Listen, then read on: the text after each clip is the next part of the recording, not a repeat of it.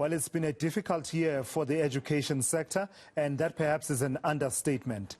The sector has been dealing with a global pandemic, and at the same time, the number of dropouts is increasing.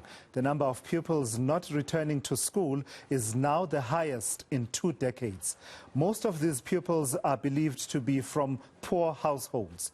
For more on this, I'm joined by eNCA reporter Monique Mortlock, who joins me now from Cape Town for an update on that situation. So, Monique, there's a bit of that debate about is it all systems go for primary school pupils to return to class on a full-time basis? Because until now, since March last year, there's been this rotation that has been implemented, 1 day in, 1 day out, and those schools that could do online learning have been implementing that.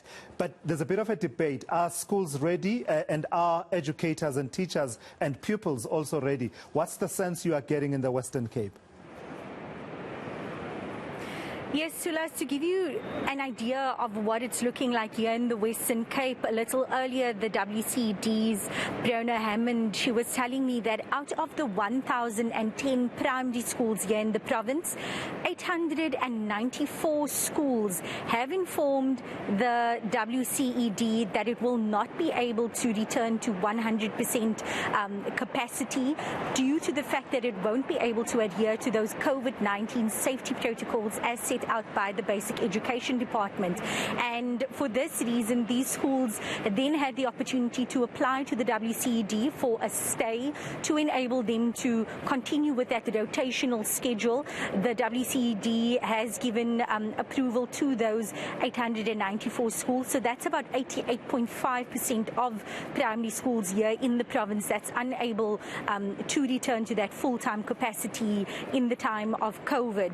And a couple of weeks ago, when I was actually speaking to some of these schools ahead of the schools reopening full-time, they were telling me that, I mean, especially because of the circumstances that many of these children come from, many schools have been struggling just to keep up with feeding schemes during holidays, during times when there isn't schooling, and for this reason, the resources are already stretched quite thin. So in order for them to have 100% of learners back and to still ensure that 1 meter spacing in classrooms and on the school playgrounds, it was simply impossible for most schools. And that's what we have seen at the start of the full-time return to schooling this year or today.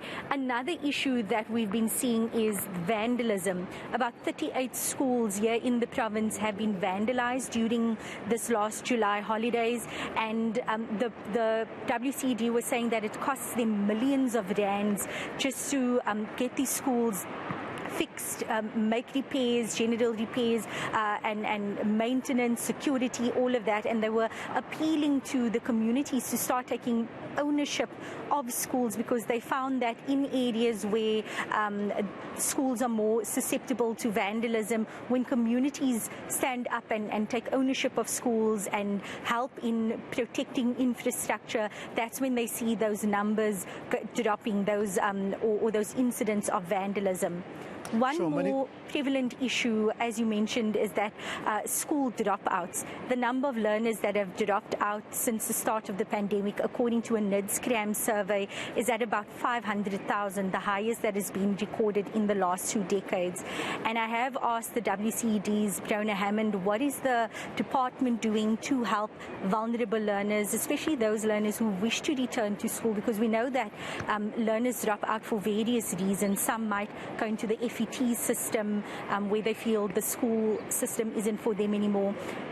This is what Breonna Hammond had to say when I asked her about the interventions from the department side. It's definitely a challenge, especially those learners that aren't attending schools every day. You know, you have some learners grade 3, for example, attending on a Monday and then a Friday. You know, they're not getting that stimulation, that routine that they should have, that all learners should have. Especially our younger learners, it's more difficult to do the learning at home if you haven't got the right parental support and guidance. But we're doing our best we can to try and ensure that they are stimulated at home, that they continue learning at home. We have provided schools with packs to send home. Every week they have a schedule of what children can do, what their parents can do to assist, what the teacher can give a learner, as well as additional printing money for schools so that they can print these materials so that learners can take home. And I just think that, we have other interventions such as our Transform to Perform strategy, where we do values in education, positive growth mindset, so that learners just stay motivated and they see where the end goal is, and that is finishing their education. Monique, just listening to you telling me about the numbers of schools that have indicated that they're not able to resume full capacity learning for primary school pupils, that's a massive number. You said it's 894 of just over 1,000 primary schools in the Western Cape. What is the reason that is being cited, perhaps from a departmental perspective? I hear what the schools are saying about their readiness to implement COVID-19 protocols, the issues of spacing, etc. But didn't any work go into ensuring that these schools are ready for this reopening under the circumstances? Or is it that those efforts have simply not yielded the kind of result that they had hoped for?